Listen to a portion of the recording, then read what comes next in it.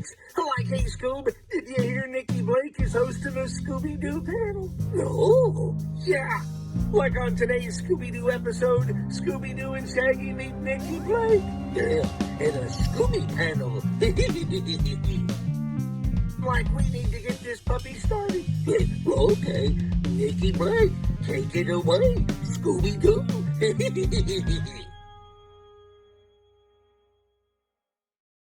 On today's episode of the Scooby Panel, Nikki and Wendy meet animator, storyboard artist, producer, and director Swinton Scott. Doing really good today. How about yourselves? Doing good. Good, thanks. Good to see you. Yeah, you too. We're excited to have you here. All right. Very. So how did you become interested in art and drawing? I've been drawing since I was a wee little child, always with a pencil in my hand, except when I was riding my bike or doing something else. And my parents actually saved a lot of my drawings. I was very surprised when we were cleaning out the house. I found stuff that I had done when I was 8 years old. So I was taken aback by that.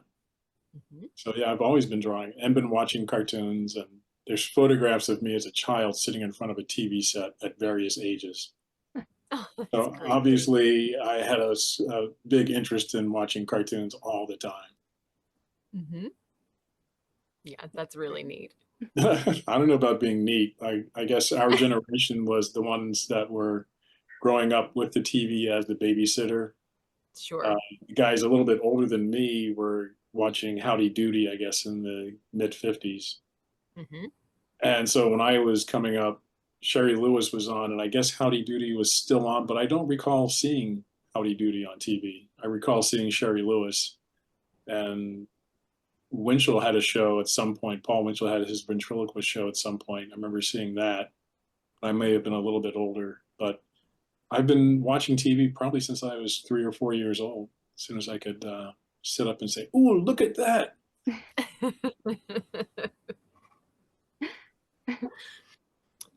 Did anyone else in your family pursue a career in art? Are there any other artists?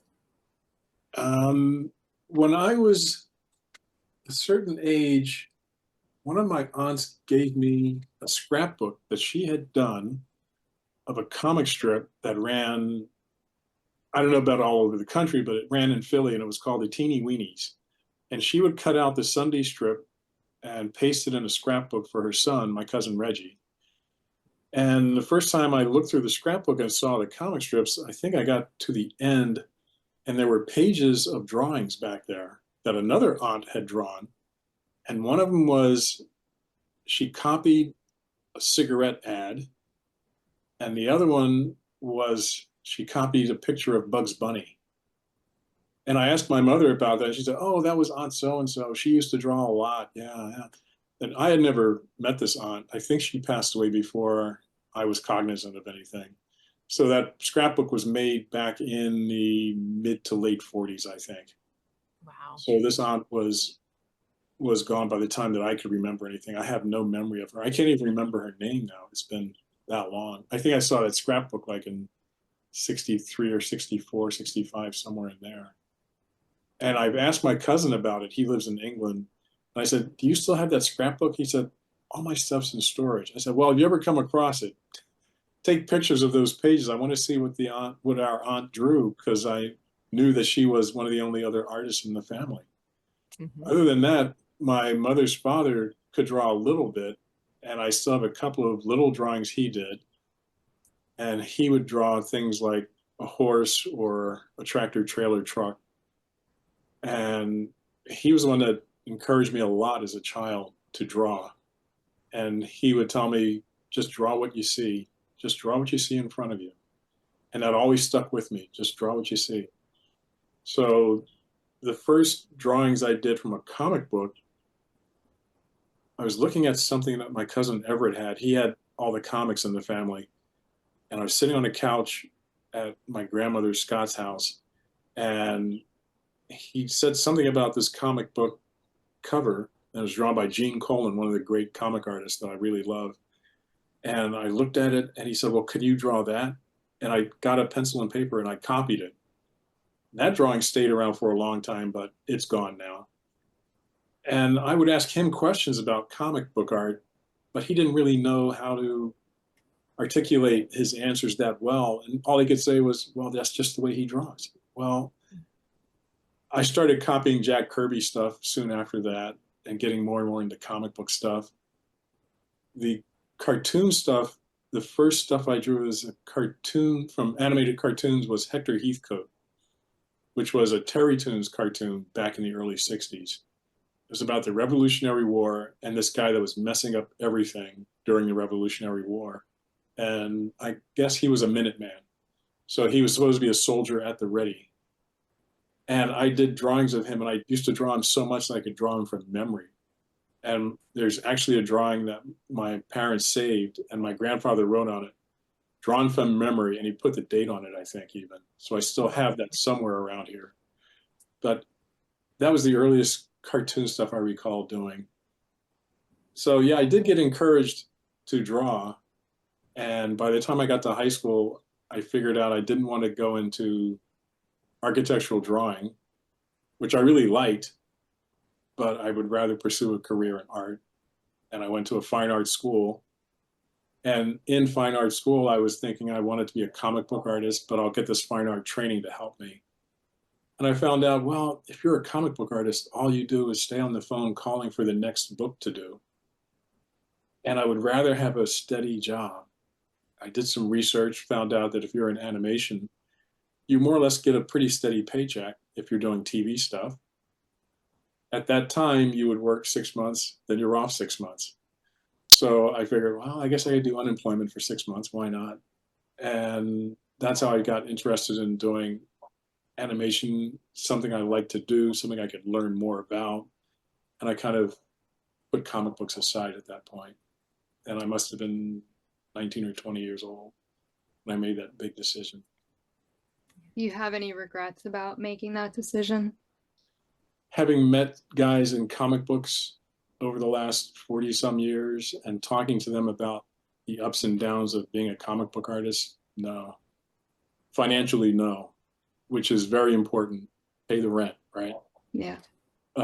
Artistically, at least they somehow got to do what they wanted to do, depending on how nice the editor was, I guess. But it sounds like sometimes it could be hard times for a comic book guy, and there weren't that many companies to get work from. So it seemed like financially it was a better decision to get into animation, because at least I've gotten paid for what I really love to do. Met tons of nice people. The animation business, pretty big at the time. It's even bigger now. So I've met tons of nice people over the years, and that's really important to me. And you meet tons of nice people working in a studio. And I work both in a studio and at home over all this time.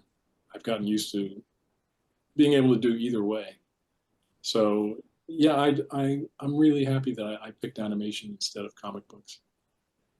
I still love comics. I still like to do my own, and I've got lots of comic book making supplies to do that, but finding the time to do it is another thing. So.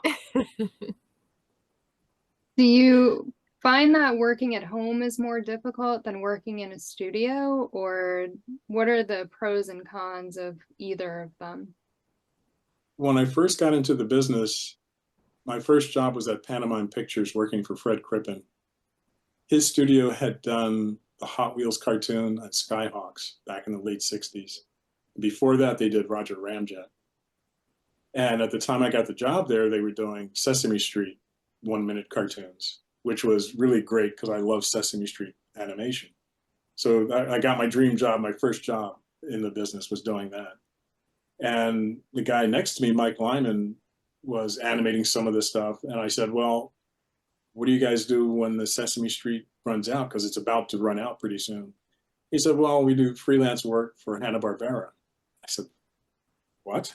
And he said, yeah, there's guys all around town that do freelance work for Hanna-Barbera. I said, no kidding. I'm intrigued, and I'm taking classes at Hanna-Barbera even at night. So he said, well, I'll tell you what, I'll give you a scene to in between. We'll take it down to Bill and Tony, Hutton and Love, the guys running the shop, and I'll show it to them. And if they like it, they'll probably give you some work to do. And so I did, and we took the work down, and I was with him. He introduced me, and they were looking at the work, and they said, yeah, it all looks good. And Mike said, well, Swinton actually did that scene, so can you give him some work? And he said, yeah, sure. And I had to do that work at night when I got home. And I realized I could work during the day and at night. I was very young at the time, so I had the energy to do it. So I got used to working both a day job and a night job right from the beginning of my career. It never bothered me to be working at home, and I've done it off and on all the time. It's when the lockdown happened and we all had to work at home, I was like, hey, this is nice. I can be in my room. I don't have to drive out to the valley, which is a long drive from here. So for me, it's great to be working at home. I like it. Yeah. With Sesame Street being your first job, you were an in-between artist. How did you get the job, and what exactly did you work on there? So we had a family reunion in '79, and my cousin Phyllis was working at the network in Saturday morning cartoon children's programming. And she said, well, if you want to come to California and look for a job and stay with us, that'll be fine. You can babysit my son when he gets home from school. So I said, oh, okay. I had no idea you were out there, much less you worked in TV. So I moved out and stayed, and it took about 6 to 8 months to get that first job. The way I got it was I was working at an insurance company as a temp worker, and she said there's going to be a party where DePatie Freeling is closing down and Marvel Productions is starting up with the same people. And they're having this big party in Beverly Hills to do the announcements. You should go. So I went, and I met Stan Lee, of all people, and I was doing a drawing of him, and a guy came up behind me and said, can I look at your sketchbook? And I said, yeah, sure. So he looked at my sketchbook. I had my photograph taken with Stan Lee, which was really great. That was such a high. And I got back to the guy, it was Roy Wilson, and he said, well, you draw really well. How would you like to do layouts for me? I do freelance work for Hanna-Barbera. And I said, yeah, what do I have to do? He said, well, I live in Thousand Oaks, so if you can come out to my house. I said, is that anywhere near Sherman Oaks? And he said, no, it's further out, the next valley. And I said, well, I don't have a car, and I don't think the RTD bus system goes out there, so I guess I can't take you up on the offer. So he said, well, I'll tell you what, call my friend Phil Mendez, and he's doing work for Gary Goddard. Goddard is doing amusement park designing. So give him a call and see what he's got. He may have some work you could do. So I call Phil, and Phil says, well, I'm not doing any animation now, but come out, let me see your work. So I take the bus up to Sunset Boulevard, show him my work, and he said, yeah, I'm not doing any animation work, but your stuff looks great. I'll tell you what, let me call the studio, these guys at Pantomime, and I'll have you go out there and talk to them. And he got on the phone and said, hey, Dave, this is Phil. I got this guy here, this young guy, and he wants to get into animation. I'm going to send him out to see you, okay? And I got on the bus, went out to North Hollywood, got there like 11 o'clock, 11:30. And Dave Brain, who was working at Pantomime as an animator and director, looked at my work and he said, well, it looks really good. Let's sit you down and see if you can do some in-betweens. And I sat there from like 11:30 till 6 that night, just in between and showing him the drawings. Yeah, it looks good, looks good. And at the end of the day, I said, can I come back on Monday? And he said, oh yeah, for sure, yeah. And that's how I got my first job. And I just stayed because I thought they wouldn't want to kick me out because I'm doing the work. So I said, okay, this is great. I'm actually going to get paid. So.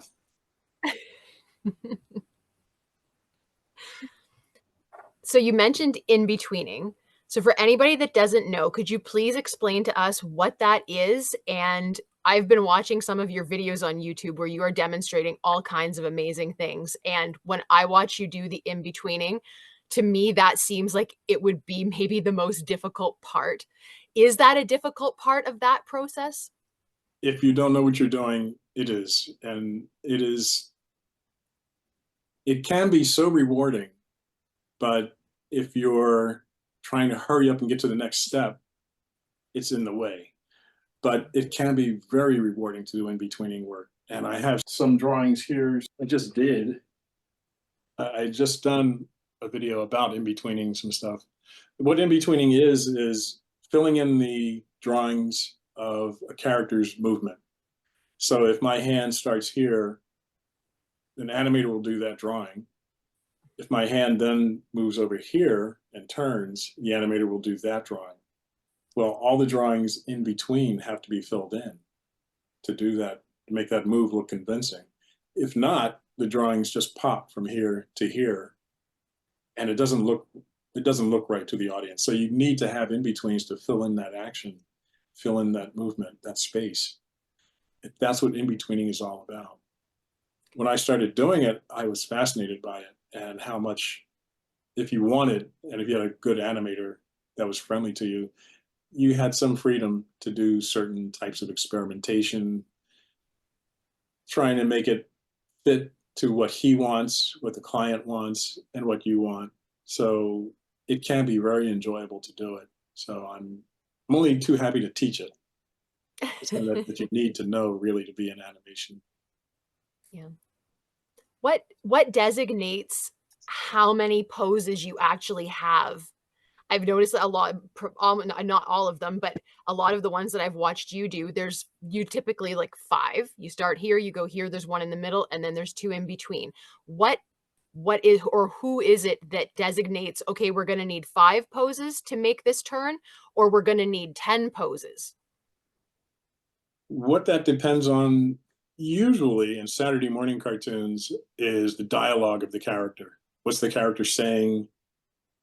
Is he in a hurry? Is he slow? Is he trying to move from one place to another in a hurry? Is that supposed to be slow because he's sad? That's what dictates most of the movement. Who dictates it is the animation director. Writing on the exposure sheets, character starts at, well, the exposure sheet is a graph paper. Every line is a frame of film or video. Character starts at this frame of film. By the time he gets here, he should have moved so far on screen. How many drawings are in between those frames? That tells you how many in-between drawings are going to go in there. So if there's 8 frames in there, then we're going to need at least 4 drawings because we shoot it on 2. So we repeat every drawing twice when we shoot it. That's how something is figured out about how many in-betweens are done. If you're animating at Disney, you're the animator, you're deciding how many in-betweens to do usually. The director, it's a whole different thing at Disney than it is in TV direction. The TV direction animation timers, like me, I do animation timing when I'm not directing or producing. I'm figuring out how many drawings those animators overseas are going to have to fill in between every pose drawn by the storyboard artist. Mm-hmm. Sometimes it's a lot, sometimes it's very few. Depends on how fast that character needs to move, how far he has to move from one spot to another. Is he in a hurry? Is he happy? Is he sad? His attitude. That all goes into figuring out how fast does a character move and how many in-between drawings are needed.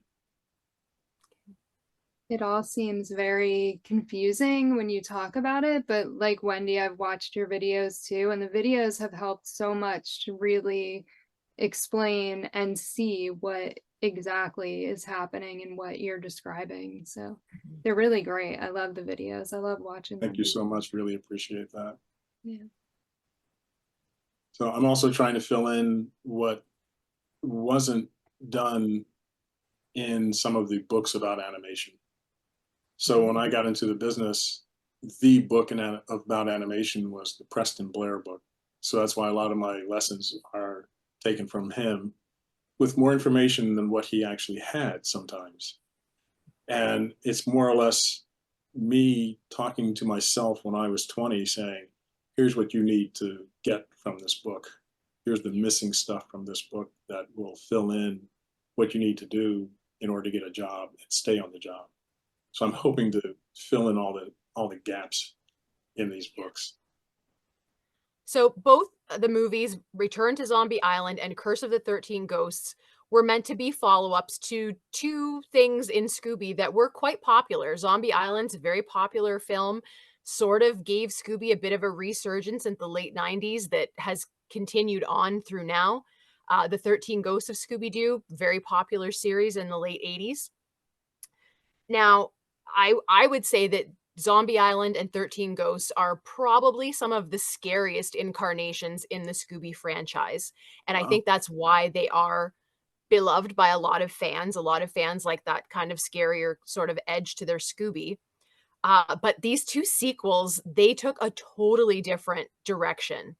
They are the opposite of being scary, to the point of being almost like caricatures or spoofs of the originals.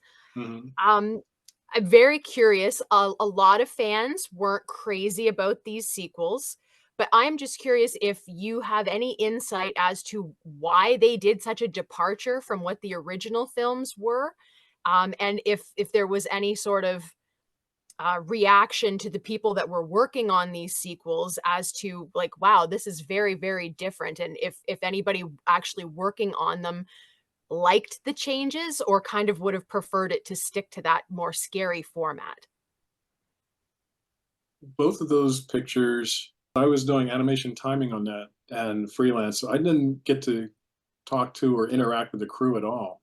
And when you're doing freelance work at home like that, you go in and pick up the sheets and the storyboards, and sometimes you talk to the director, sometimes you talk to the producer instead. And I can't remember if I think Chuck Sheets was in charge of those, right? Yeah, Is I that who think did? I'm not positive, but I think so. Hmm. And he may have laid out to me, or maybe the director of that sequence would have talked to me. But they wouldn't have mentioned anything about here's why we're doing it this way, or the network or Warner Brothers wants this and this in the storyline. Because not being hired as a storyboard artist, I wouldn't be told any of that information. Sure. So it was more just, okay, here's the stuff we want you to do. Can you bring it back next week? Right. And make sure you hit these points. Make sure you move the characters in such a way that they seem to be scared or seem to be frightened and running very fast. Make sure you hit these types of points. But they usually don't discuss with us reasons for making the storylines. Storyline's already written, it's done, it's recorded, there's no changes to be done. So I don't, at that point, get any kind of feedback from anyone about here's why we're doing this. When I was working on the series in 02 and 03, they would say, here's the script, have you guys do it, and we'll talk to you later. Once in a while, a writer may come wandering through and say, oh yeah, we did that script because we were thinking of this and this and this. Like when I did the work in 02 and 03, I did a show about an alien, and I started a show about Las Vegas, I think. And then the next show, my friend took over, and it had these little spacemen toys in it. And they named the spacemen toys after me. And so there's these little spaceman toys called Spaceman Swinton, I think, running around through this episode of Scooby. I never put that together. Have you seen that episode? But yes, I do remember the spaceman. Did they I've never seen it in color. Did they wind up calling it Spaceman Swinton? I believe that they did, yeah. Well, that's the Yeah. reason they named it after me, because I was kind of friendly with the writer who would come in and visit sometimes. That's the second time my name turned up in a children's show. There was a show about some kids in Beverly Hills, and it was kind of like Power Rangers. And I forgot what the name of the show was, Beverly Hills Teens with Superpowers or something, and they would go, ta-da! And then they turn into these superheroes. And two of the writers were working at Film Roman, and they came to me and said, we're going to name one of the characters after you. And so they wrote up the concept, the script, they pitched it. I think it went to DEAC. And the people at DEAC said, well, we don't believe anyone has a first name of Swinton. Can you prove it? They had to bring the phone list from Film Roman to them and say, here, Here's his name. And I had worked at DEAC back in '84, but no one I knew was still there. So they just said, no one can be named Swinton Scott. There's no way. So when you watch that show, you'll hear my name over and over and over again as they're calling out to me. So That's great. So you did animation timing on Be Cool Scooby-Doo. Was that a more difficult series to work on because the animation was so different? yes. Yes. Be Cool Scooby-Doo was the one that Zach Moncrief was in charge of. Mm-hmm. And he had been on Phineas and Ferb and either American Dad or Family Guy. And I knew of him. And so I got to actually meet him on that show. And he said, yeah, they want the show to look like Family Guy, American Dad. So they want the timing to be like that. And the designs were like that as well. And since I hadn't worked on Family Guy since the first season, I was unfamiliar and I had to reacquaint myself with, well, what's the timing like for that? It was a much more difficult show because the poses were so different than the usual Scooby-Doo poses. And there were a lot more of them. And there would be storyboard scenes, shots, where there could be 50 panels in that one shot. And I think there was one he gave me, there were 100 panels in the one shot. Wow. And it was very complicated trying to keep everything moving at just the right speed and choreograph everyone else's movement with other people in the shot. There could be 16 people in a shot and you have to keep track of all of them. My friend Jeff Hall used to say it's kind of like playing a game of chess, putting all the pieces in just the right spot at just the right time. So yeah, it was a very complex show to work. Wow. Yeah. So you did kind of answer this already, but I would like to ask it straight, just because I think it might have gotten lost in our other question. But sometimes you're listed as a timing director, other times as just the director. I know that some directors, they just do sheet timing, while others, they oversee aspects of the entire production. Why is that title used for both jobs? Because they both seem to entail some very, very different things. It depends on what studio you're working at. Okay. The studio and whoever's in charge of that studio, they dictate everyone's title. So when I worked at Film Roman, I was listed as the producer of Seabear and Jamal. In actuality, at another studio, that would have been called the supervising director. Okay. Now, I more or less directed all the episodes, but I had sheet timers who also did board slugging, going over all the storyboards as they timed it. So they were kind of the directors, but then I think my credit on the show was listed as producer and then director or something like that. Because Film Roman said, here's how I want the credits on my shows to read at my studio. When you're at Disney, there's a whole nother set of titles for that. The guy that's in charge of a series at Disney would be the producer director if he was a writer. If he's an artist, usually he gets to be supervising director, and then there are writer producers next to him. So like I said, it's all just dependent upon what studio and what show you're on. At The Simpsons, I was a director. I had a certain set of duties to do, an episode here, another episode later on. But at another studio, that would be a different job altogether. When I was directing on Simpsons, I was in charge of the storyboards and the exposure sheets. A director at another studio may say, I don't want to deal with the exposure sheets. I just want to deal with the storyboard, and my timing director will take care of the sheets. When I produced Static Shock, I went over all the storyboards. I slugged all the boards as well until I fell out from exhaustion. Yeah. Because I was also trying to do both those jobs in addition to overseeing the sheets, and I finally got them to hire someone, Karen Peterson, to be in charge of all the sheets and the slugging and everything. So it just depends what studio you're working at. Well, that will tell you what your title's going to be. Yeah. Yeah. What is slugging? Board slugging is when you draw a storyboard, the storyboard artist draws it out and he writes the dialogue underneath it. The board slugger, the timer, has to go through that and say, well, there's a space in between here where the character isn't saying anything, but he's doing something. That space that has to be figured out with the timing is called a slug. I think the name comes from building electricians. You ever see an electrical box that is brand new? There are circles in it. When you punch that circle out, that is a slug that was just holding a space there, and a wire goes through there. And when you put that into a vending machine, that slug, you hope that it'll work and give you some free food or cigarettes or something.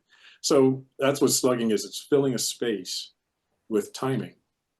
And if you have a board slugger go through the storyboard first, you figure out where all the dead space is, or if you're over or under, before it goes into production.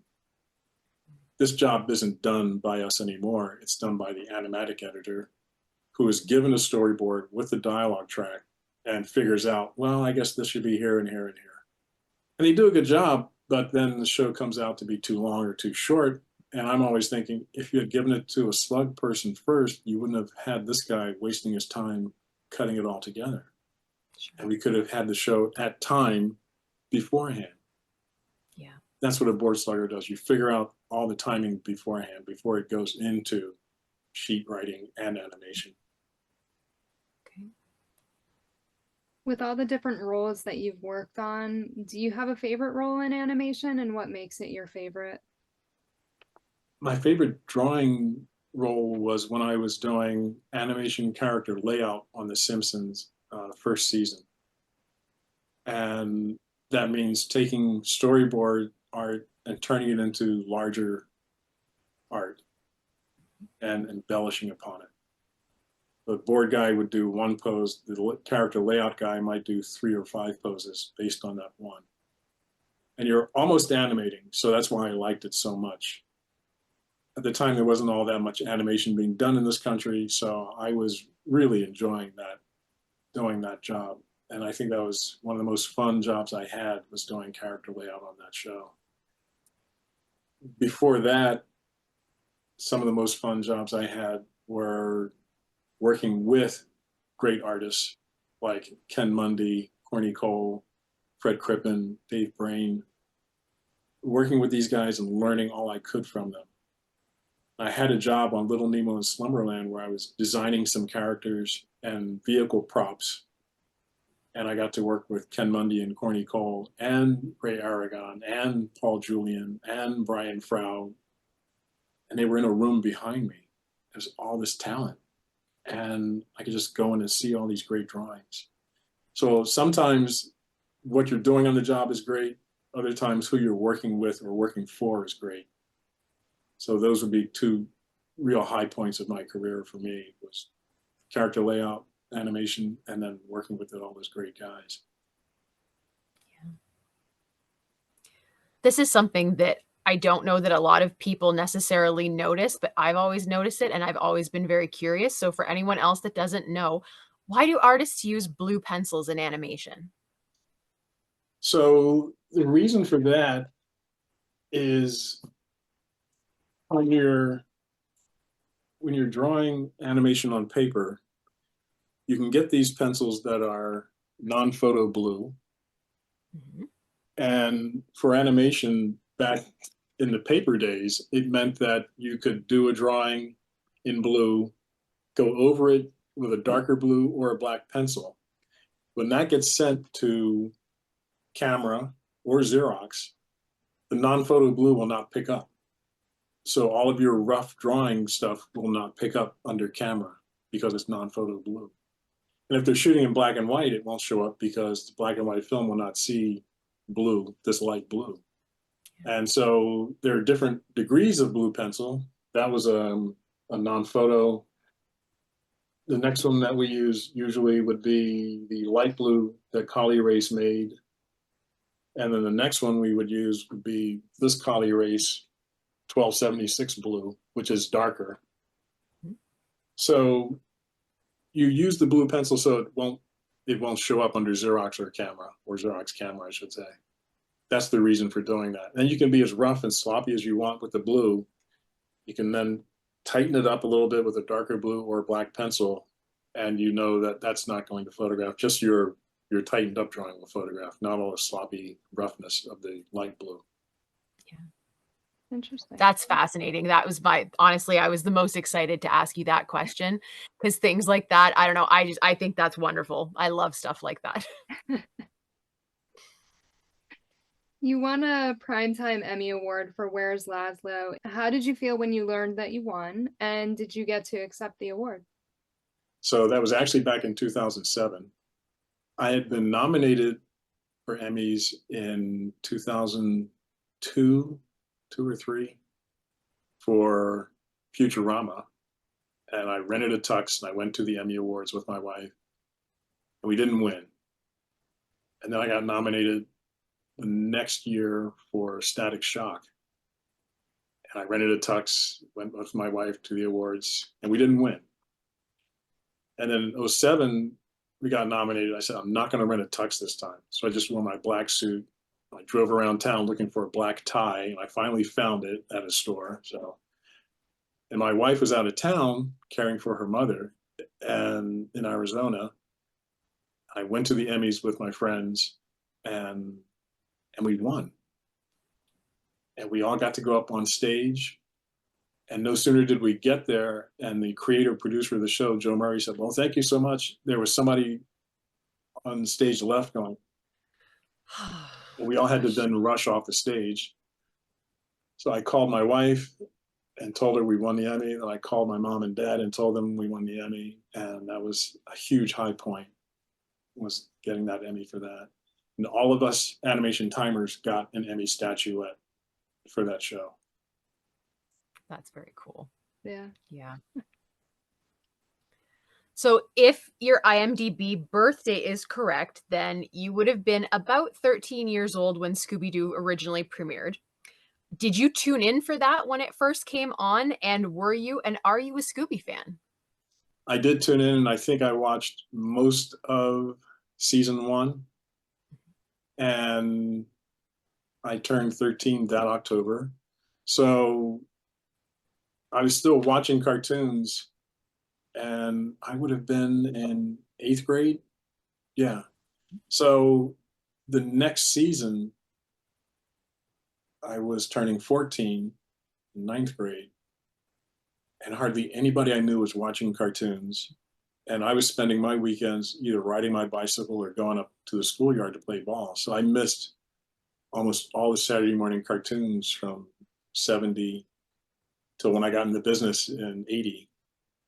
So I didn't know what was going on. When I met Scott J and Kenny Tompkins and Ray Johnson, when we were all working at DEAC in 84, they would say, oh, remember that episode of Scooby with so-and-so was the guest star and this guy was in it? And I'd say, no, I missed that. I didn't see it. And they look at me like I was crazy, like, what do you mean you missed it? How could you not watch Scooby? So I missed a ton of animation stuff in the 70s. Thanks to YouTube, I can see clips from all those shows. So that's a nice thing, and see what these guys are talking about. And I actually did buy a DVD that's called the Scooby Movies. And it was all these movies that were made, I think all of them were done in Australia, come to think of it. And I wanted to see, well, what are the movies like? And Dick Van Dyke was one of the guest stars. And I looked that up on YouTube to see it. So yeah, I missed all the Scooby stuff. In 81, I actually did in-betweening on a Scooby episode over Thanksgiving because somebody was out of town. And it was a fascinating bunch of work to do. And I was getting very frustrated, like, oh my God, this is so much work. Sheesh. I had underestimated how much work it was. And I think I was like a day or two late turning it in because it was that much work to do. Yeah. So yeah, I missed a ton of Scooby-Doo. I think the dog with the big head was in it, and maybe the dog with the straw hat was in it also. Was that Scooby Dum and Mini Scooby? Oh, Scrappy. Scrappy. Okay. Oh, don't get Nikki started on Scrappy. Well, that is One of actually us loves a him. question. What are your thoughts on Scrappy? Were you a fan? I was too old to watch the cartoons, so I didn't know what was going on with Yeah. Scooby in all those years. I would see the ads in the comic books, and I remember a couple of them were drawn by Neil Adams, and so I was, wow, look at these shows they're doing. But I would never see them. I was always doing something else on Saturday morning. And as I got older and older, I didn't seem to have time to watch Saturday morning. When I was in art school, I was doing an art project on Saturday morning, so I was not watching any animation then. Yeah. So You I weren't missing missed out. anything with Scrappy. Excuse no, don't listen to her. She doesn't know what she's talking about. Nikki doesn't like Scrappy. I love Scrappy. I think Scrappy's amazing, and I wish Scrappy was real so he could come live with me. Well, wasn't he in the live action movie? They did him Was. very dirty in that, though. Even Nikki will admit that that wasn't right what they did with him. They made him very bad. They made him the bad guy, right? They Okay. did, yes. And that wasn't cool. No. That was in production, I think, when we were doing Scooby and Static back in '02. I think they were doing those movies then. I have this memory of some guys coming through the studio and showing us some of the special effects that were being done. And I think they were around the corner from us on the second floor when we were at the Galleria doing all that stuff. There was a ton of space that was being used for that and finishing up Osmosis Jones when I got there in '02. So yeah, there was a lot of work happening at WB back in those days. Yeah. Well, you have worked on a lot of things. So of everything that you've worked on, what show did you most enjoy? Well, like I said, Simpsons was, that first season was really great, and the second season was also really great.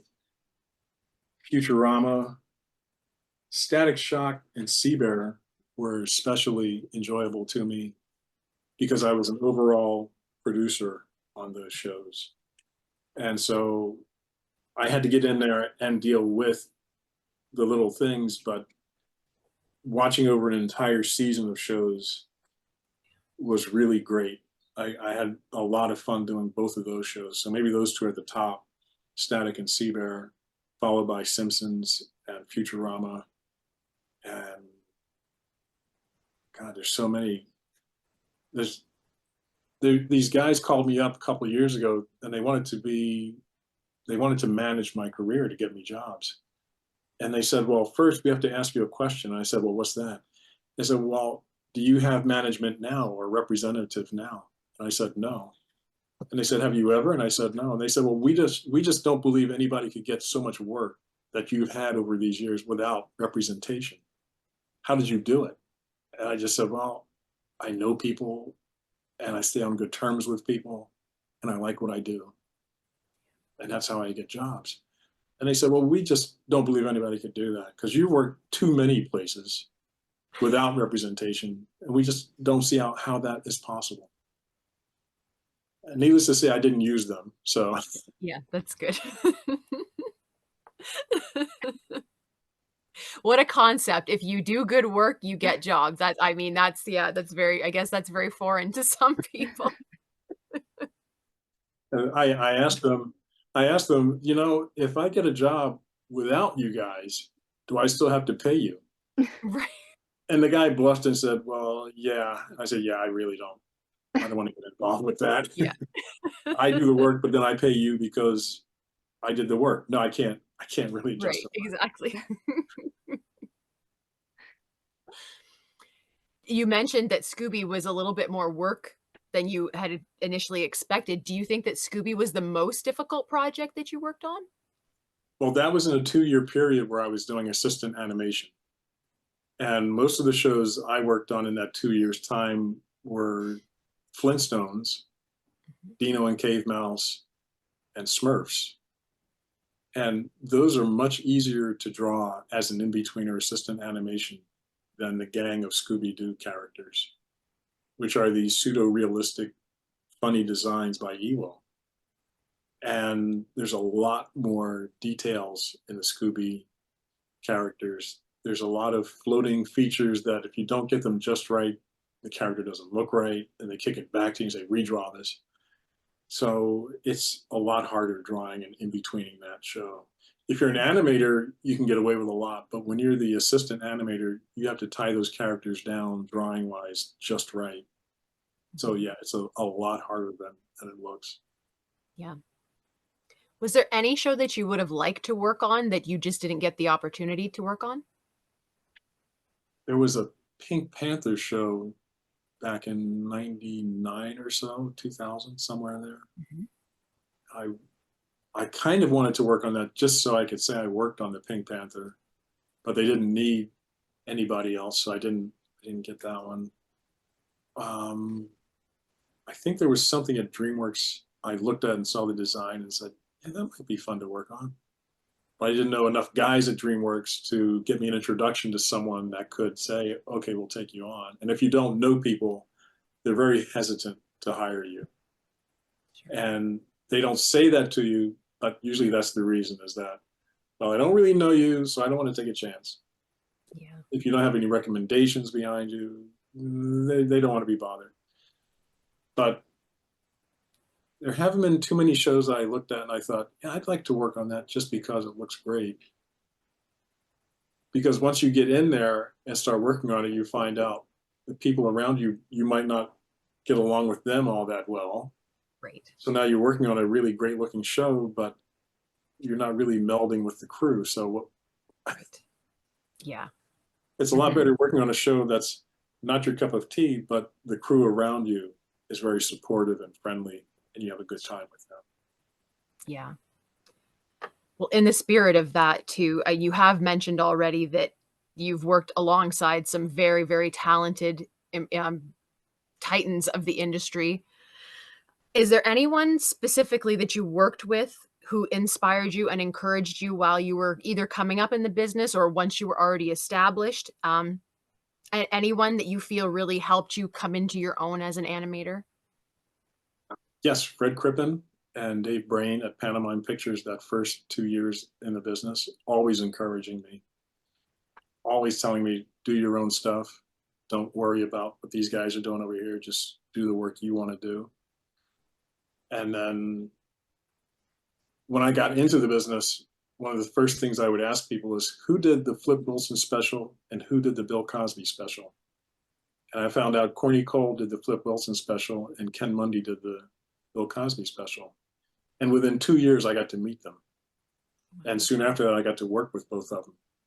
And they were always very encouraging to me. Ken would say, whatever project you work on, make sure you pick out one piece of it, no matter how odious the show is or the producer director, pick out one piece and put your all into that piece. That becomes your jewel that you can make shine and make it special. Corny would say, just keep drawing for the love of drawing. There's so much to learn, so much to do in drawing. And when I worked with the two of them on Nemo, I learned so much. And I'm glad I got photographs of them together and could say, here's two of my heroes talking to each other. That was really important. So yeah, those four guys were the main guys in my career that gave me encouragement and told me to keep striving, keep doing more, keep drawing, keep animating. Yeah, that's wonderful. Do you think that the digital age has changed the landscape of animation for better or for worse? And how has that affected your roles in the industry? Let's see, the last paper show I worked on must have been Laszlo.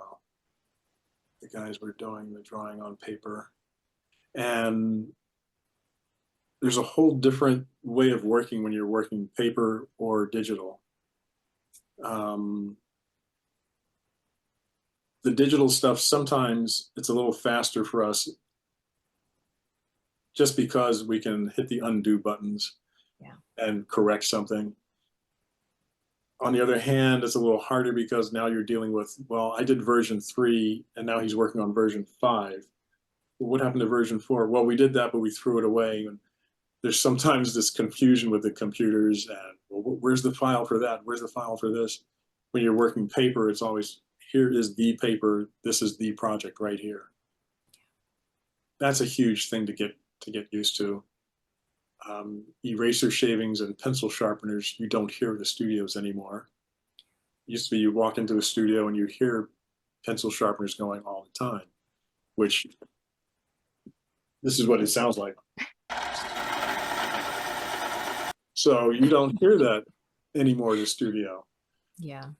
The other thing about digital is that the deadlines are so crushing now that people usually don't even have time to get up and walk around and say hello to each other. They're under headphones listening to their music. Back in the old days, we'd walk around with cassette tapes. Hey, have you heard this tape? Listen to this. There's a lot different than working digitally. So again, I'm talking socially. Mm-hmm. Actual work-wise, at some points it's better just because you can make an animatic and finished work quicker digitally than you could working on paper and shooting it on film. Right.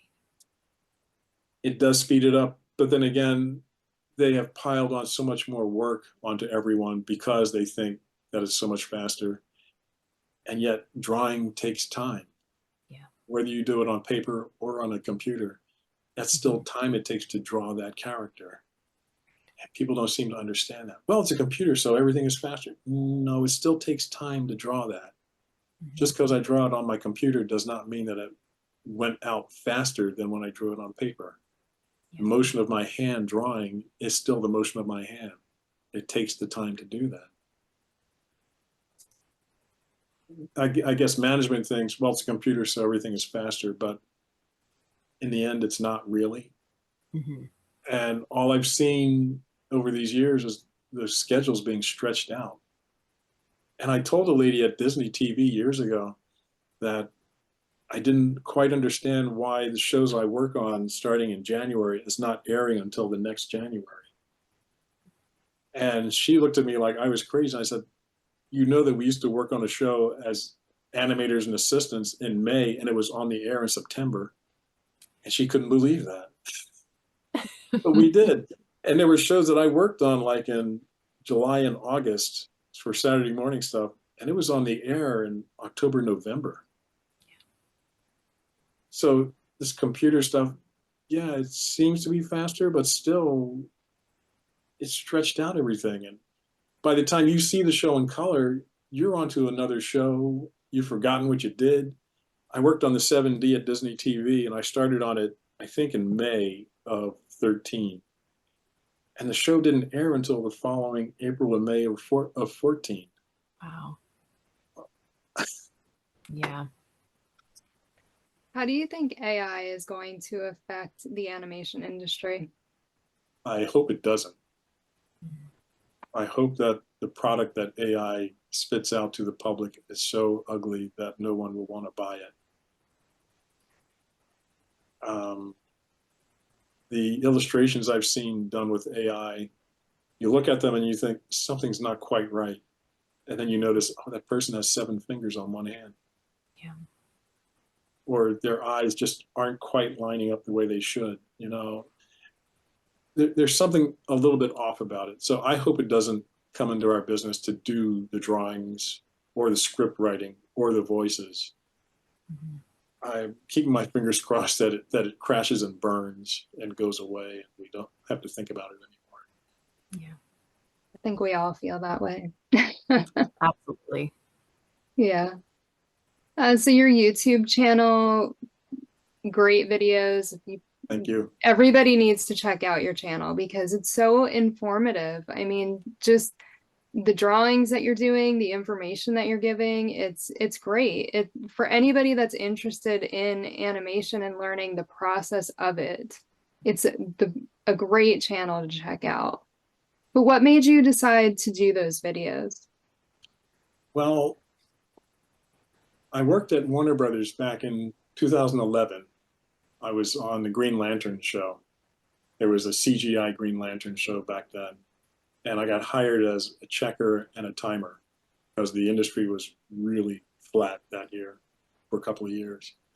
And I moved into a cubicle that was occupied by my buddy Evan Burse, who we had hired like 8 years earlier on Static Shock. And he was somewhere else in the studio. So one day I actually ran into him and said, hey, Evan, what are you up to? He said, well, I've been doing videos on YouTube. I said, really? He said, yeah, I do videos about how to draw superheroes and cartoon characters on YouTube, and I make a lot of extra money per month doing it. I said, wow, you can actually do that? And he said, oh yeah, it's quite a good piece of coin there. And I said, that sounds really neat. And sometime later I had lunch with him, and he was telling me more about it. And he said, well, Swinton, if you were going to do videos on YouTube, what would you do? And I said, teach animation. And that was like 2011 or 12 when I had lunch with him, maybe 13. And so I started the channel, but I wasn't sure exactly how I was going to go about it. And I was so busy doing other shows and everything. And finally, in the last 4 or 5 years, I started to do some videos. And when I got let go from Crapopolis last year, that's when my output picked up on YouTube, and I started putting out a ton more videos. It took a lot of time to figure out how I was going to do them. I went through, I think, 5 different cameras, trying to figure out, well, which camera is the best one, settling finally on a GoPro camera of all things. And then how do I make the camera stand so I can do a down shoot of everything? And I came up with these wild ideas of using plumbing pipes to hold the camera with a piece of tripod stuck in the end. My latest invention is this, pieces that I got from Home Depot. Okay. And the YouTube and the GoPro fits here on the end because it has a not a loop, but a place where you can do that and then stick it right here and then turn it up like this. And now you can actually shoot the drawings. Mm-hmm. So this whole setup is probably $10 to make this. Yeah. PVC pipe. I forget what this piece here was for, but it's something I found in the building construction area, as was this one too. And I like putting stuff together like that. So it took a while to get here, but this is now my latest contraption to shoot my videos. I have a lot of fun figuring out how to do stuff, tinkering around with pieces and parts and stuff. So yeah, it took a bit to get there, but I finally got this thing and it's working so far. Yeah, it works really good. The videos turn out really well, so. And then the light is just, this light here is all I use for lighting on it. After buying a couple of lights with clamps at one point. I had a piece of board here that I had those clamp lights on the side, and the lead pipe off to the other side, coming down, shooting. And my wife would come and say, what are you doing? Doing a YouTube.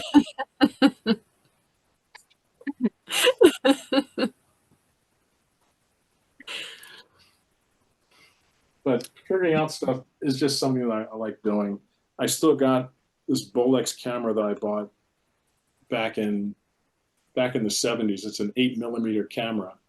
And I got it for like $5 at a flea market. And I figured out back then a way to clamp it onto a piece of wood and put it on my shoulder so I could have a handheld camera shot moving around. Instead of holding it like this, I would keep it on this piece of wood, and that way I would have a steadier shot than just holding it like this and jiggling it everything. Sure. Just figuring stuff out is something that I like to do. Well, I really love how digestible your videos are. They're not crazy long, so you can sit down and watch one and learn something without it taking an hour. Now, I personally love hour-long videos too, but I mean, I don't know that anybody can deny it, but today in the world of 2024, attention spans are much shorter, I think. So I found overall. out. But no, you do a wonderful job of relaying important information. You hit all of the points that you need to hit for the person who's watching to actually learn what you're trying to teach them. And you're doing it within a time frame that pretty much everyone can sit down and watch it without getting distracted by other things. And I think that that's a very commendable, bravo, because a lot of that is a skill that most people don't possess. I don't think people realize how difficult it is to be concise but interesting, and just, I don't know, you've done a really, really great job with all of those videos. They're very, very well done. Well, thank you so much.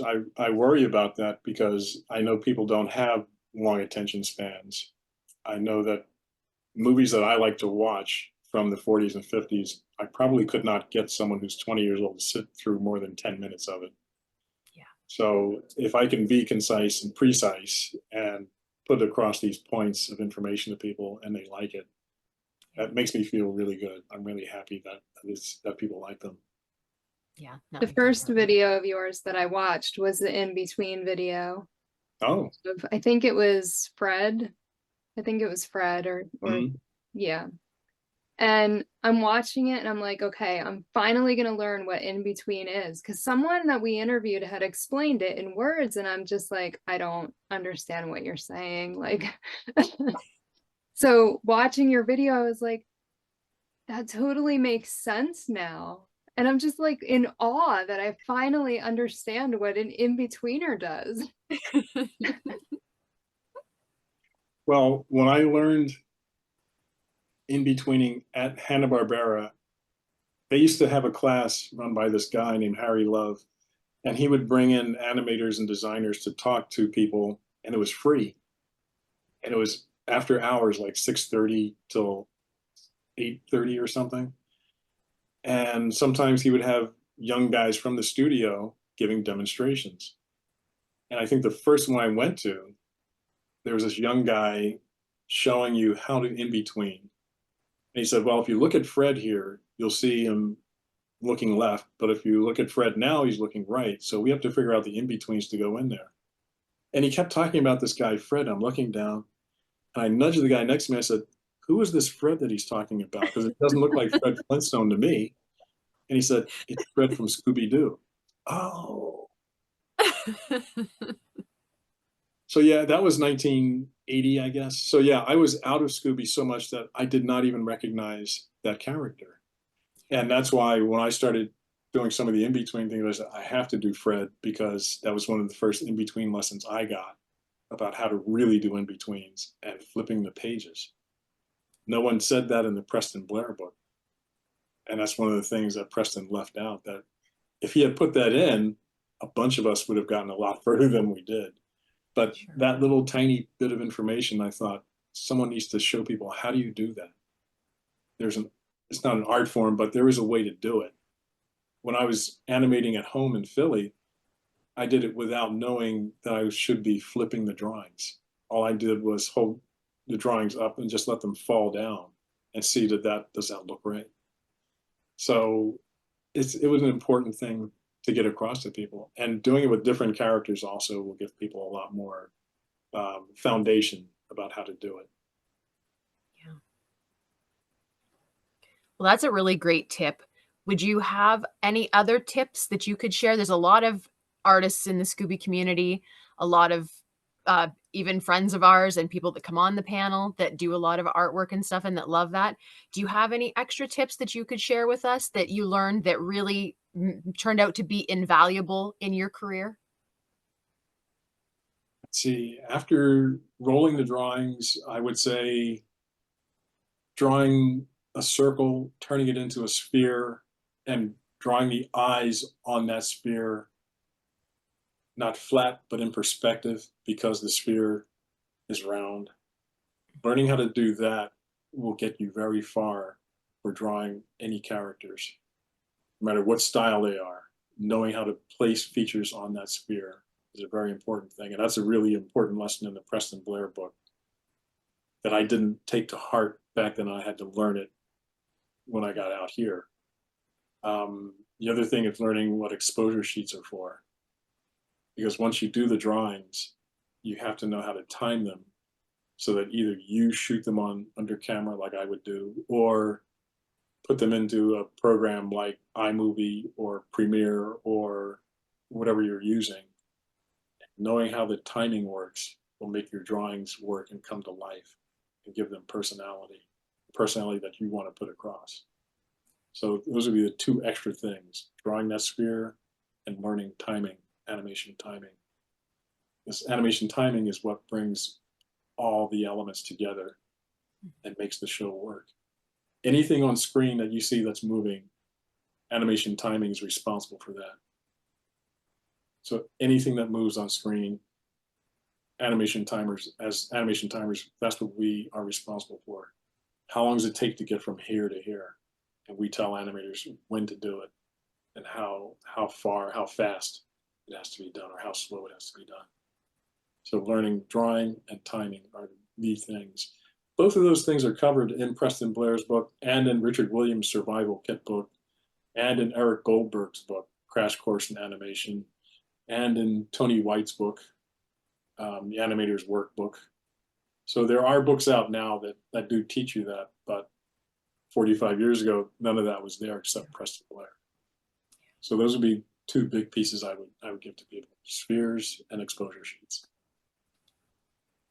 If you didn't pursue a career in animation, what field would you have gone into? At one time, I wanted to go into illustration. And there were a few of us at the Fine Arts School that wanted to be illustrators. And a couple of my friends actually did get into illustration and made successful careers of it. But I can remember being in Mr. Zagorski's class, and he gave us an assignment and we brought it in. And at that time, you put up your illustration board at the front of the class, like at the base of the chalkboard, there was a ledge. So here's all these illustrations by all the students. Mr. Zagorski would walk down looking at all these illustrations and say, so this one not so good, you don't have the color right, probably you do over again. And he would just repeat that going down and nobody could get it right. And then at some point we asked him, well, how much money do you get paid to do this stuff if you get into illustration? Well, maybe you do a Time magazine cover, you get $200, $300. And we were like, that's it? He said, yeah, because you are getting exposure on Time magazine, so they don't pay you a lot. I said, well, that's out.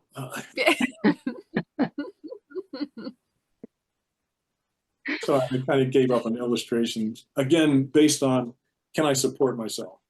Yeah. And all you're doing as a freelance illustrator is calling the art director for the next gig and finding out, well, they don't need me this week, what do I do?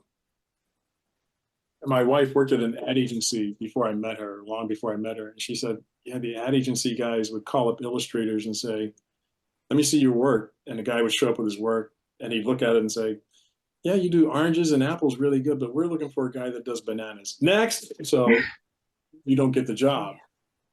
So it can be very fickle.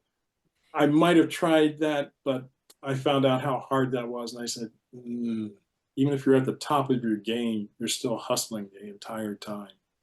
Man. Architectural drawing, I had that in high school for 3 years. And I really loved that because my dad was a draftsman. I had access to all the drafting tools I wanted, everything. And I said, yeah, that could be fun, but it started to look very dry and I kind of gave up on that. Being a fine arts painter, that means you don't eat. So I knew I was never going to do that.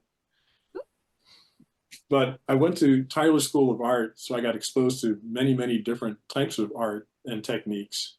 And so I learned how to do etching and not pottery, but sculpture, and graphic design and animation. I took an animation class there, taught by Alan Koss, who was a really great teacher. He would say, Hollywood animation is one thing, but doing your own thing, that's where you get the most satisfaction, being an independent animator. So I kind of went down that path of going into animation and figuring out, yeah, independent sounds like fun, but you do have to pay the rent, you know? So as you can see, paying the rent and staying on top of it is very important to me. Yeah. That's a smart way to be. Kept me off the streets, I guess. So. So you worked at a few different studios. You worked at DAVENPORT Filmation, I believe, Hanna-Barbera, and some others. I would imagine that each studio had its own unique atmosphere. Just it had its own unique aspects. Everyone that we've talked to so far has mentioned Hanna-Barbera was kind of like a family, that it was a very comfortable atmosphere. There was a lot of fun being had alongside doing a heck of a lot of work, and that HB was their favorite place to work for. Where did you most enjoy working? Well, I must correct you. I didn't work in-house at Hanna-Barbera or Filmation. I was always freelance. I worked for Bill and Tony Hutton and Love for Hanna-Barbera, and I worked for Jim Simon and Gwen Wetzler for Filmation. And these people had outside places that handed out work to freelancers. So I was never given the chance to be in the studio. I was always outside. And I'd run into those guys, and they were a lot of really great guys I'd run into every now and then. And I envied them that they were working in a studio, but I was working at home on their stuff, and so I had a lot more freedom. My favorite in-house job place where I had the most enjoyment, drawing and socially, what would it have been? Well, I got the most photographs from Marvel.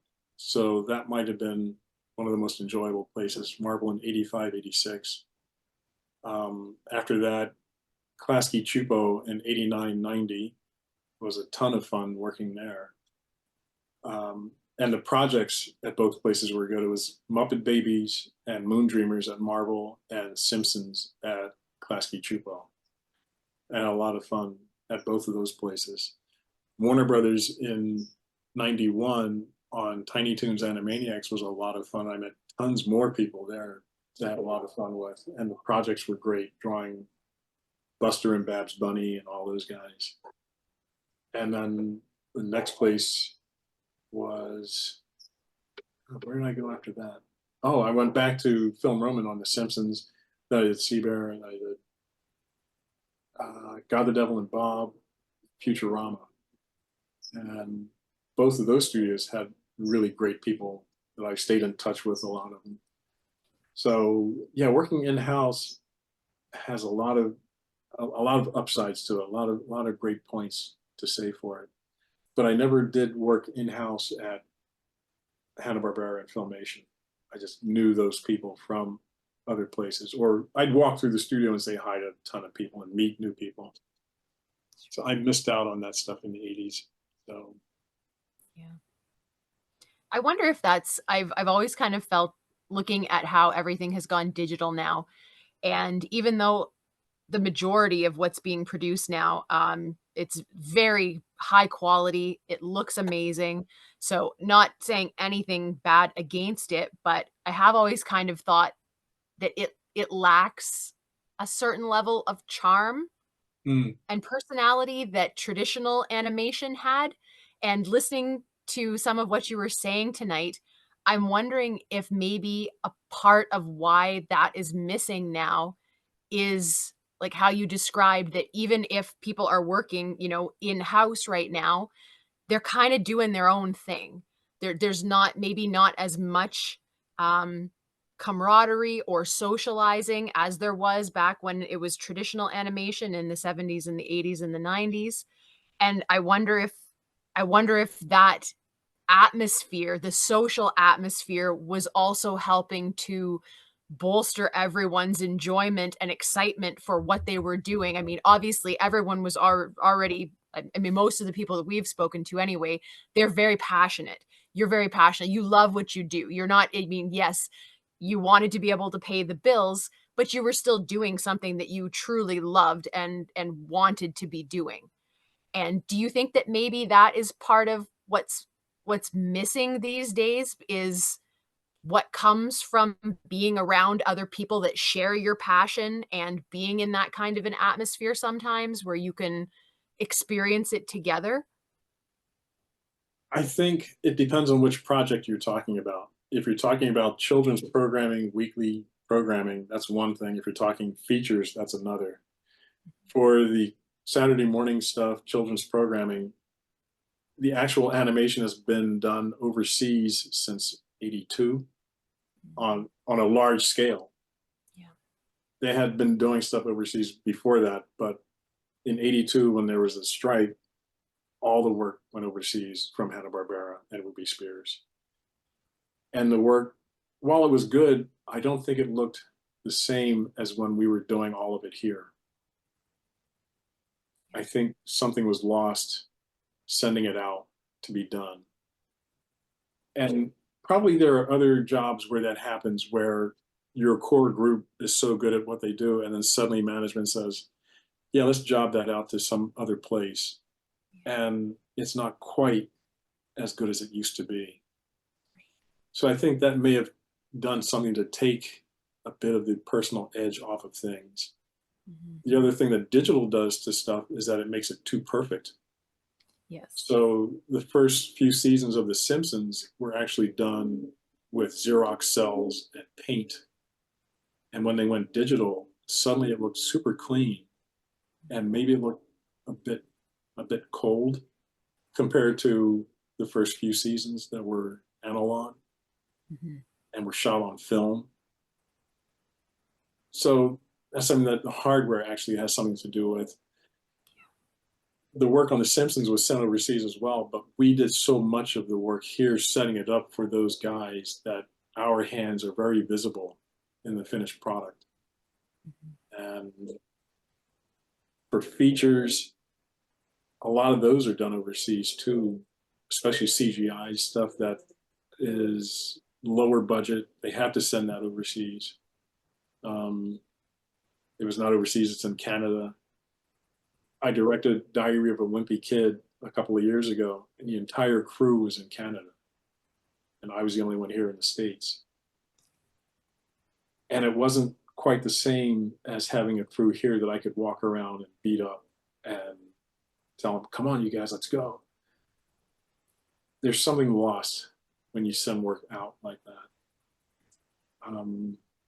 I'm not sure if that quite answers your question, but yeah, I think the work that was done here in this country in the 70s looks a certain way and has a certain look and feel to it compared to what was done in the 80s at Hanna-Barbera when it was being done overseas, mostly in Taiwan and after that, Korea. I think most of the work at Marvel was done in Korea at ACOM Studio. I wouldn't say that work looks bad by comparison, but there's something that's not quite there. Yeah. And when I dealt with those guys when I was doing Sea Bear and I saw the work coming back, I thought, yeah, it looks okay, but it's not quite the same as the guys rushing through it here and putting their own personal touches on little shots and scenes and stuff. And when it went digital, you didn't see all the mistakes that were done in ink and paint and camera because it was perfectly finished. Yeah. So again, I'm not sure if that quite answers the question, but the more you keep the work here, the more personal touches we get to put on it. Right. And so everything looks a lot different than when you're sending it out and having someone else interpret what you write on the sheets or the storyboards. Sure. Yeah. Yeah, I would imagine that none of those overseas places really, I think it was probably like, oh, well, here's another job for us to do and we're just going to do it. And there was no emotional attachment to it, or, you know, maybe they were passionate about animation, but maybe not necessarily the animation that they were doing because it was just work that was coming in for them to do. So I think that would absolutely contribute to like what we were talking about, where it would kind of lose a little bit of that personality that that was so wonderful for so long. It also has to do with your budget. So when I produced Sea Bear, it was a pretty low budget, and they said that it was being sent to a studio in Korea, and I could just tell this is not going to be the best guys over there. And sure enough, a scene came back with Jamal riding his bicycle. And it was a medium shot, so you saw his whole body on the bicycle. And take one, on the bike, they animated his feet on the pedals just doing this. And I thought, how could you not know that your feet go around when you're pedaling a bicycle? Do they not have bicycles in Korea? Right. And then I realized these guys are just doing it just for the money, and they got to get out and do whatever they do after 5 o'clock. So I didn't find in some of the scenes I got back there was any thinking or passion going into it. Because if there was, I wouldn't have gotten this for somebody riding a bicycle. Mm-hmm. If you're actually thinking about what you're doing, you know that this is how the, and I lost a lot of faith. And if you get a high budget show, they can send it to a high budget studio with an A crew, and you won't get those types of errors, and you'll get a lot more feeling. I saw a couple of pictures Disney direct-to-video did of Cinderella, and one was done in Australia and the other was done in Japan. The animation was, and they were so well done compared to a TV crew, because they gave enough money to get an A crew of animators to do the work. And I thought they really sparkled. I thought they were really, really nicely done. I got to see them when I had Disney streaming for a little bit. I was blown away. And they were done a long time ago. But Disney said, we want to give you enough money to make these look as good as the one from 1950. Sure. And I thought they came really close to it, because I looked at it at one of them and I thought, who did the guys in Burbank do that? It was that well done. So it depends on your budget. Do you have enough money to really fire up some guys that are really, really talented or not? And if you don't, you're getting a bunch of guys that are clocking in and clocking out. They don't really think about what they're doing. So Yeah. my theory is that the overseas guys, some of the guys going into animation over there are doing it just for a year. And after that first year being beaten down by their supervisors, they figure, I can get a job at a fast food joint and not have to go through this. And so the next year, you've got a whole new crew to train. And every year on these shows, it's a whole new crew. Right. There's no continuity there. There's nobody there. There's no veterans. So yeah, it looks a lot different, I think, year to year on the shows. Yeah. Do you think that animation will become a lost art? Not if I have anything to do with it. Amen to that. I want to really impress upon people to do their own projects and be independent and work on your stuff. When I was first in the business, I used to come home from in-betweening an assistant animation and do my own drawings, my own animation. And there was a point like in 83 or so where I was going to throw out all these drawings. And it was like a Xerox box of drawings.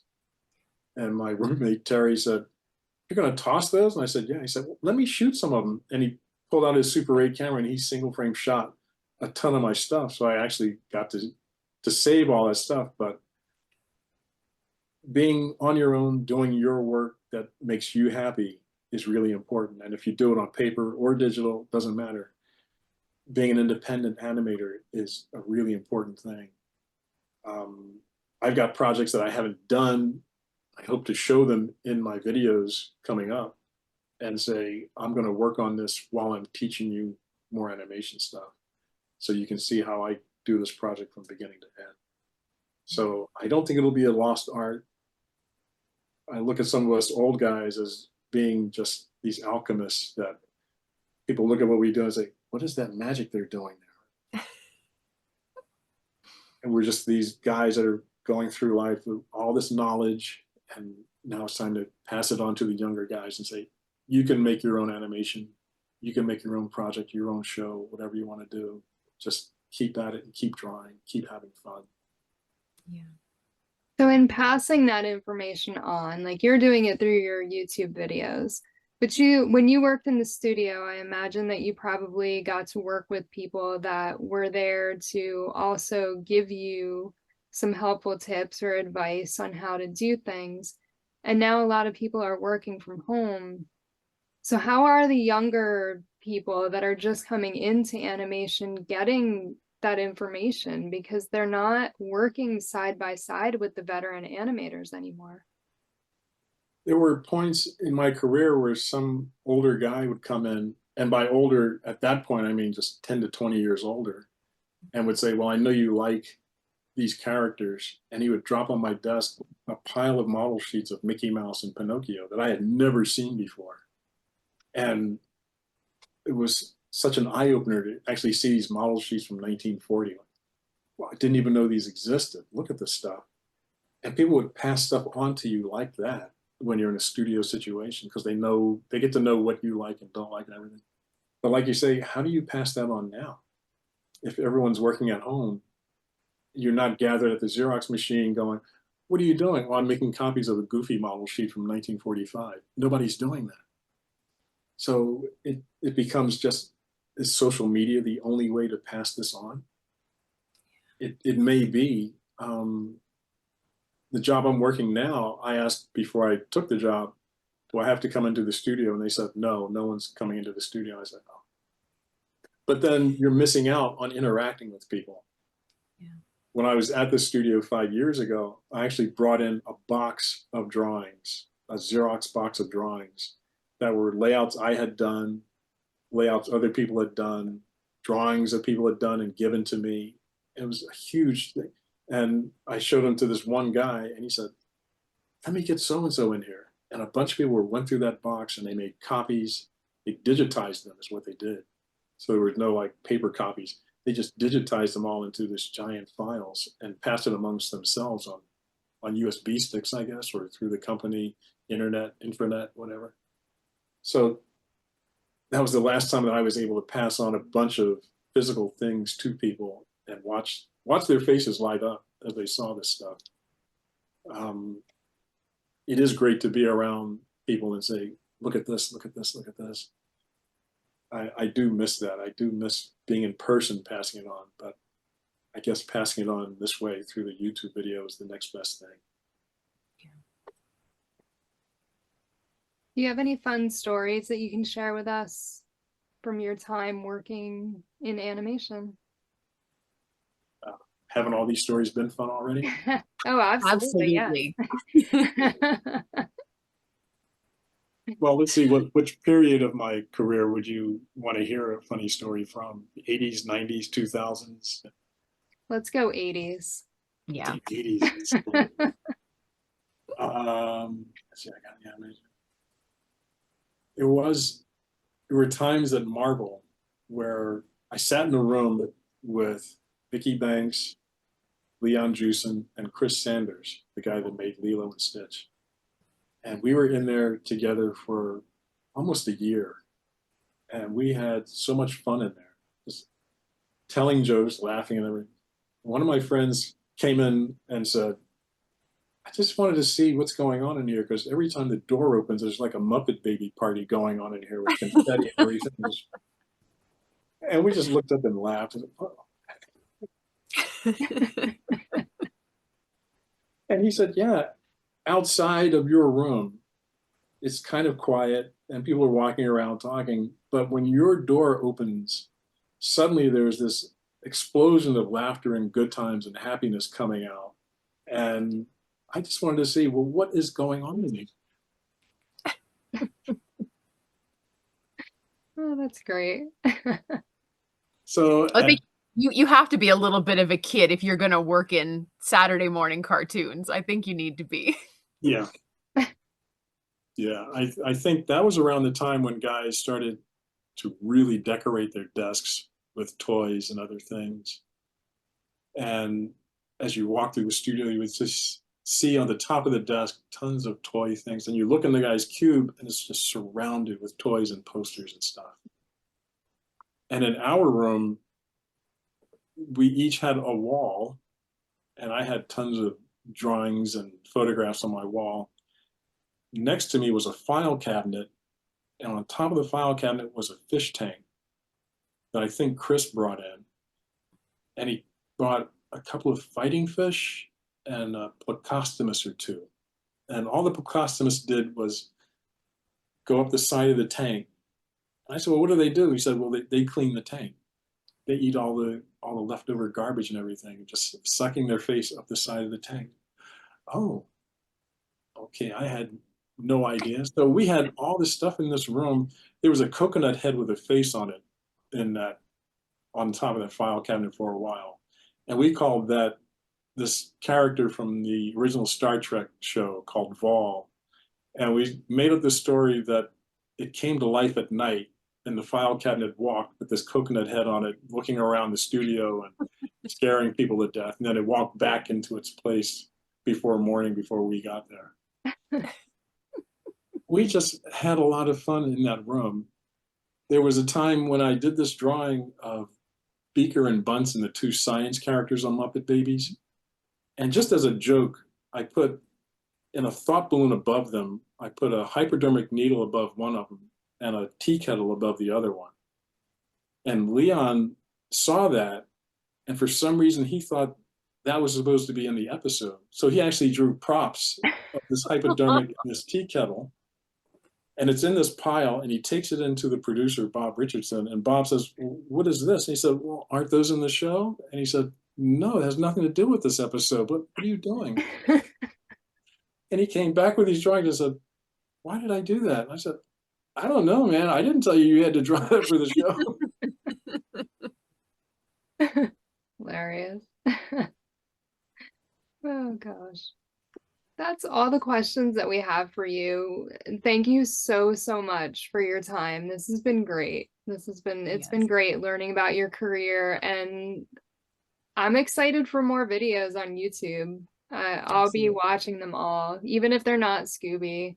I'll be watching them because I really like learning about animation and the process. And again, you're just so informative, and you're, like Wendy said, your videos are so easy to watch.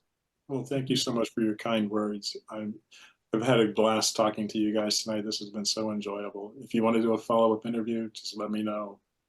I'll be there for you. We would love to have you back, and you absolutely, like, please keep making your videos, because a lot of people have a lot of knowledge and understanding for things, but being able to express that to other people in a way that is enjoyable and understandable is difficult for, I would say, the majority of people. That is a skill that not everyone has, but you could absolutely, whether you're in a classroom or you're just making videos, you have that spirit to teach, where what you say makes sense.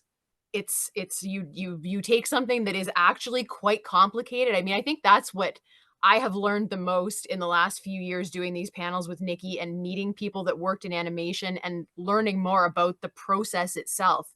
And I think that especially when we're growing up, we really have no concept of how complex a single 22-minute episode of Scooby or anything is. We kind of take it for granted. We sit down, it's amazing, we love it, we watch it, it's fun, it's scary, it's all of the things.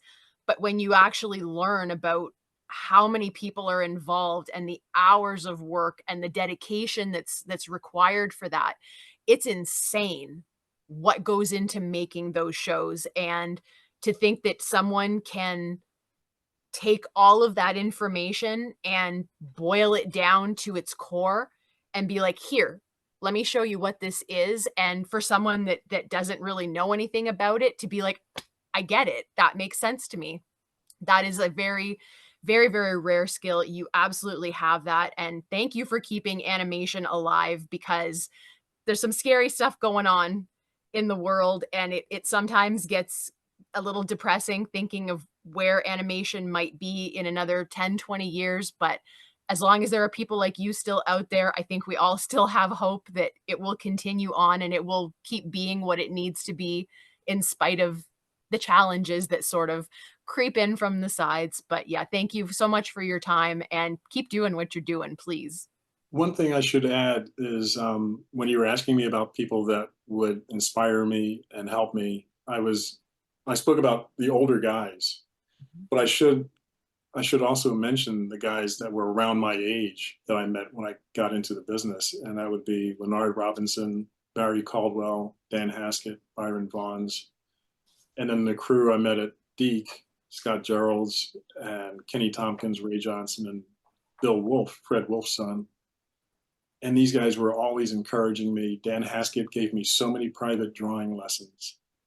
And I'd say, "Well, how did you figure out how to do that?" And he said, "The Preston Blair book, you dummy."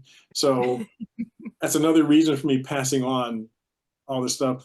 I would actually ask him questions, and he would mail a lesson to me and say, "This show you're working on, here's the way you should think about this character and how to break it down into simple shapes, basic shapes, so that it's easier for you to draw. I'd say, wow, I wish I knew how to do that. So, he's like, get the Preston Blair book. It'll show you, okay? That's great So that you had those people to help you, to teach you little things here and there along the way. Yeah, so those guys, I'm still friends with all of them, except Ray Johnson passed away about 30 years ago now, and Bill Wolf passed away a few years ago too, but I'm still in touch with all those guys and take their lessons to heart all the time. I still have tons of drawings they've done for me. Here's how you do this, okay, Scotty? So I just wanted to mention there were guys around my age that influenced me. Sheldon Bornstein does videos also. He and Leonard and I were going to do a film back in 81, 82. And we would meet at Sheldon's house every Wednesday night and talk about doing this film together.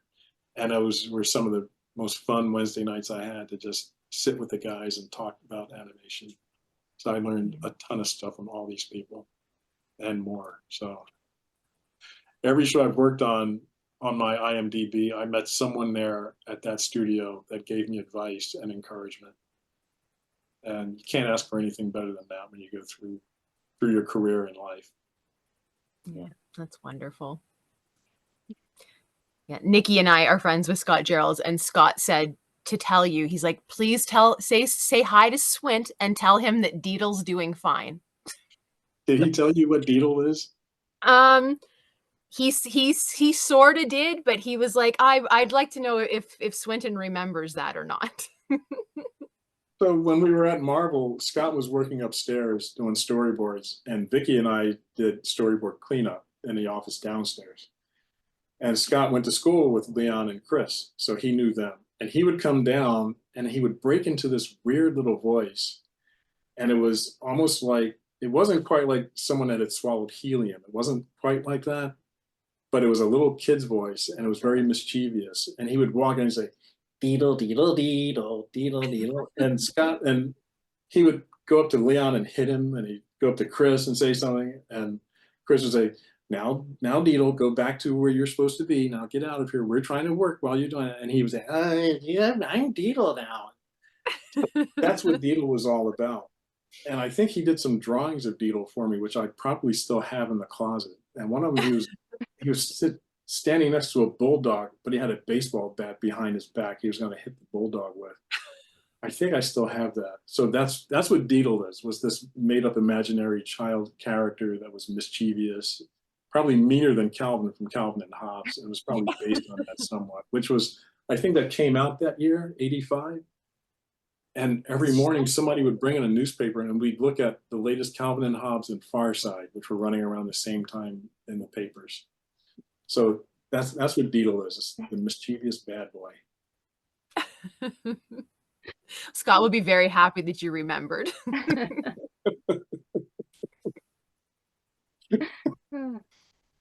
I should be asking you guys, what made you decide to do a Scooby video channel? And is your channel only like mostly about Scooby stuff? It is all about Scooby.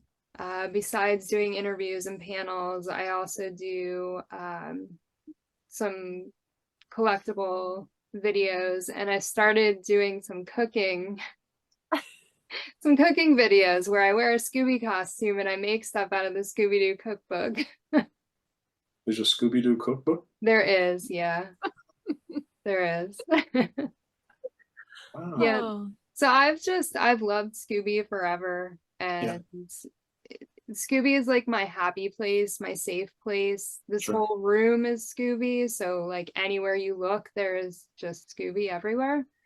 And yeah, it's something that as a kid I would always just feel safe watching Scooby, and I could watch it and not worry about anything. Sure. And as I got older and went through different things, I always went back to Scooby. That was like always the thing that made me feel better. So yeah, now as an adult, I'm just obsessed. So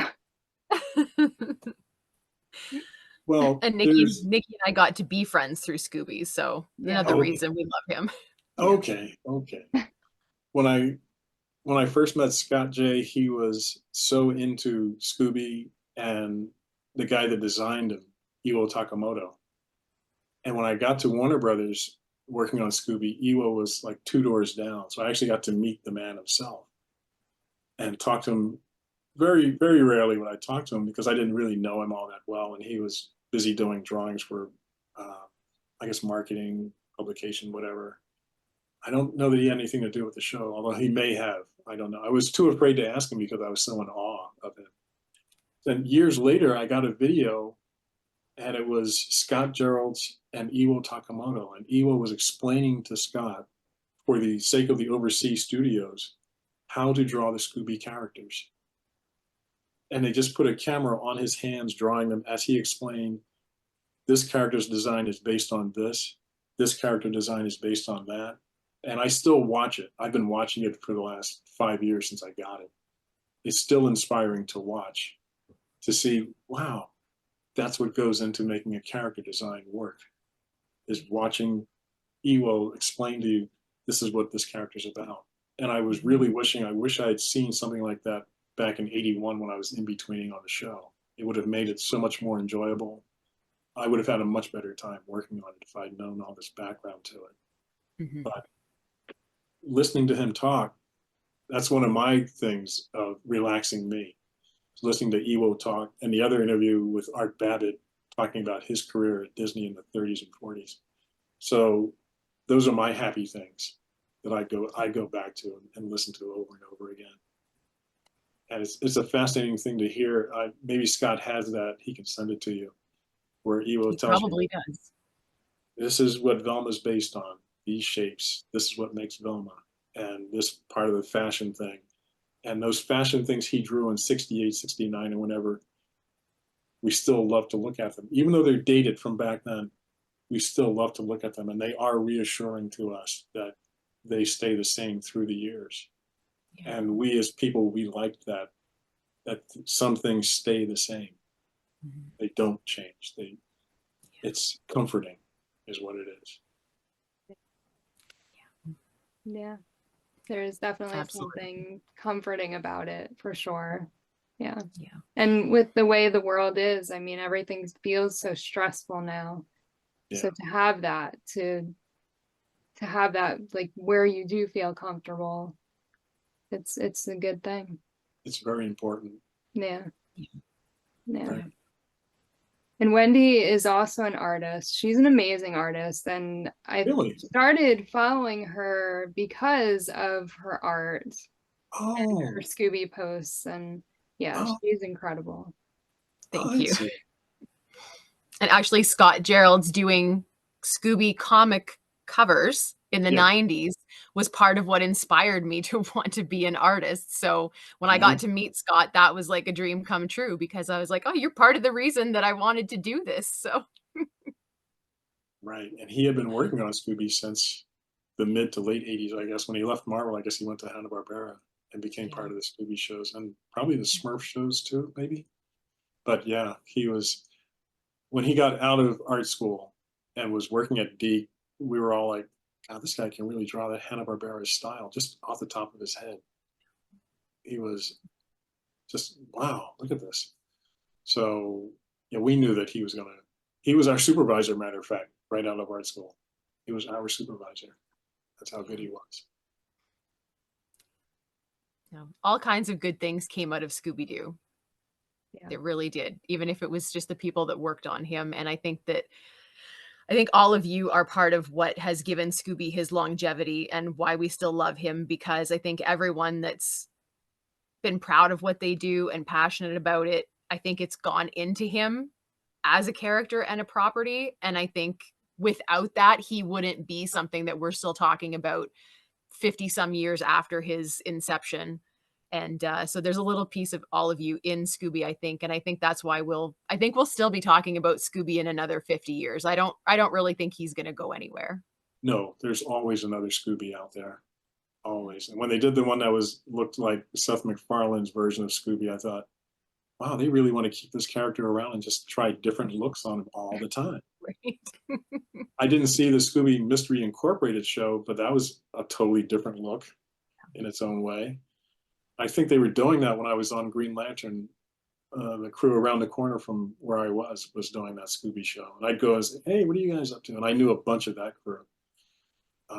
The guy that was, Mitch Watson was running that show, I believe. Yeah. He just ran the Nate show at Nickelodeon. There's a show called something, Nate something. Mm-hmm. It may have been pulled by now, but you can still see it on YouTube. And he was in charge of that show as, I think, writer-producer guy. And I met him at God, the Devil, and Bob. He was one of the associate producers on that show. So you meet all these people, and everybody, we run into each other. Well, hey, what are you up to now?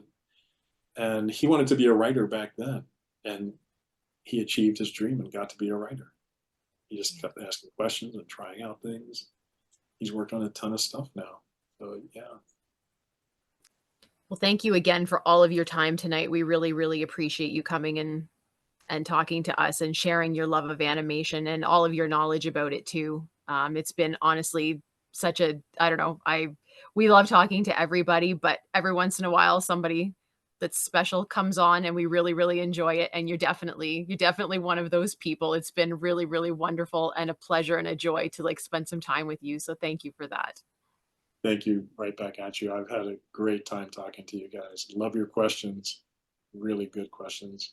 Thank you. I hope I gave you some good answers to balance Wonderful. out. Absolutely. Yep.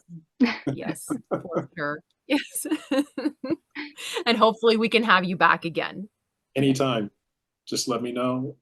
I'll come on anytime with you guys. Oh, by the way, this glove is so that I can draw on the Cintiq.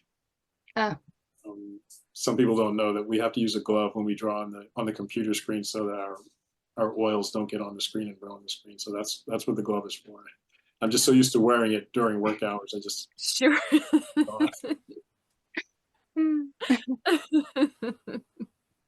Yes. Well, thank you so much for your time. This has been great. Maybe we can have you and Scott Gerald's on sometime. That'd be fun. That would be wonderful. Wendy and I'll just watch as you guys. Yeah, we'll just watch. Yeah, absolutely. Yeah. That would be great. Just let me know when you want us to do it. I'll be there. Definitely. So I will say good night. Thank you again for the interview. Had a great time.